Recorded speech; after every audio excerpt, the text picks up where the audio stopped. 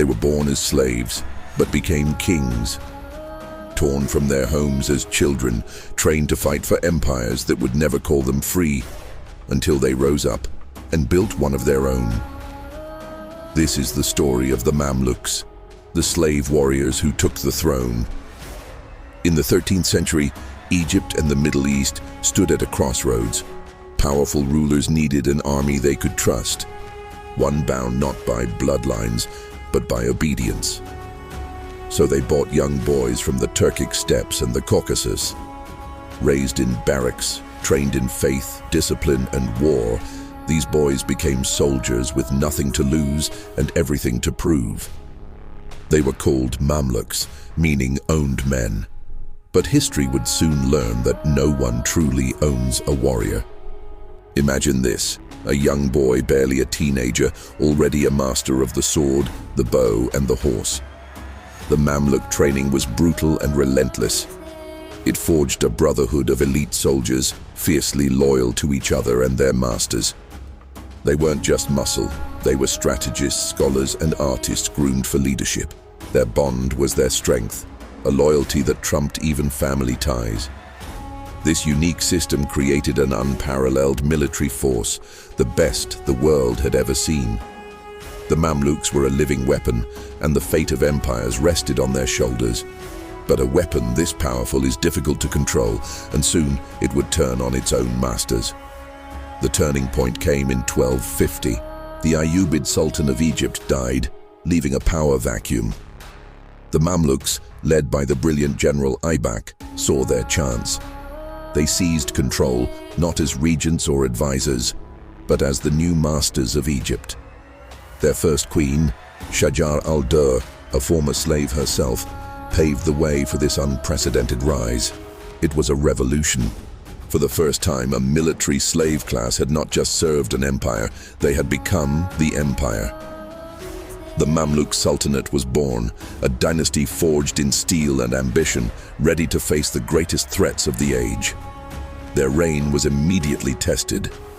From the east, a storm was gathering. The Mongol Empire, led by Hulagu Khan, their armies had crushed Baghdad in 1258, leaving a trail of destruction. All of Islam seemed poised to fall. The Mongols sent an envoy to the Mamluk Sultan, Qutuz, in Cairo, demanding surrender or annihilation. Many counseled submission. But Qutuz, a former slave who had risen to the throne, chose defiance. He famously executed the Mongol envoys and marched his army to meet the unstoppable horde. The fate of the Middle East would be decided in a single, legendary battle. The place was Ain Jalut, the spring of Goliath, in 1260. The Mamluks, outnumbered, faced the seemingly invincible Mongols. But Sultan Qutuz and his commander Baybars had a plan. They used the terrain to their advantage, luring the Mongols into a trap. Baybars led a small force in a feigned retreat, drawing the confident Mongol army into a narrow valley. Then, the main Mamluk force, hidden in the surrounding hills, charged. The battle was ferocious. At a critical moment, when the Mamluk left flank began to buckle, Sultan Qutuz threw off his helmet shouting, "O Islam!" and personally led a countercharge, rallying his men. The tide turned.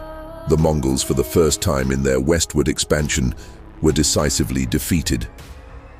The myth of their invincibility was shattered at Ain Jalut. Baybars, the hero of Ain Jalut, soon became Sultan himself. He was a military genius and a master statesman. He consolidated Mamluk power, driving the last of the Crusaders from the Holy Land and building a vast, efficient empire. Under Baybars and his successors, the Mamluk Sultanate entered its golden age. Cairo became the cultural, economic, and religious heart of the Islamic world, a beacon of civilization while much of Europe was still in the Dark Ages. They built magnificent mosques, schools, and hospitals that still stand today. They weren't just warriors, they were patrons of art, architecture, and science, creating a legacy of beauty and knowledge. But power, especially when built on such a unique system, is fragile. The Mamluk method of succession was not based on bloodline, but on strength. The most powerful Mamluk emir would often seize the throne, leading to constant internal struggles, coups and assassinations. This cycle of violence, which had once been their strength, slowly became their weakness. While they fought amongst themselves, new powers were rising around them. The world was changing, the age of cavalry was coming to an end, and a new technology was about to render their legendary skills obsolete: gunpowder. The final blow came from the north.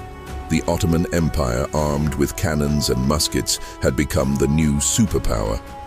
In 1517, at the Battle of Majd and then Ridania, the Ottoman Sultan Selim I faced the Mamluk cavalry.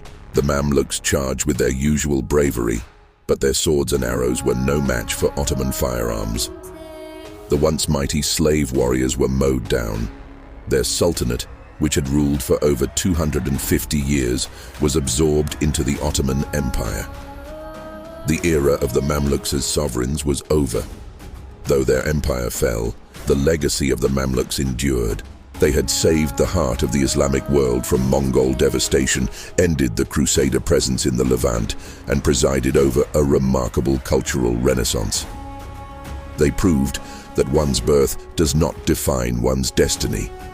From enslaved boys on the steppes to sultans in golden palaces, their story is a testament to the unyielding power of the human will. They were the Mamluks, the slave warriors who became kings, and their echo still resonates through history.